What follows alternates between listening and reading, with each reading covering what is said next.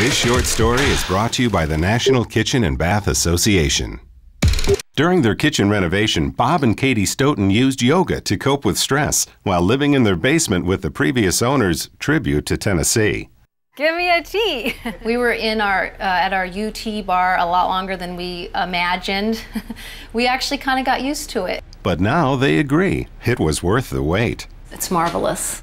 Everything is at hand. You got all your friends around the table there. You got the stove to cook on.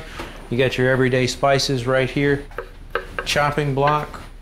What surprised me was how we could have 4 different wood tones that all are brought together.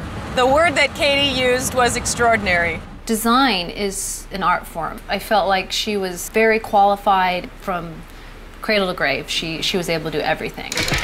This short story is brought to you by the National Kitchen and Bath Association.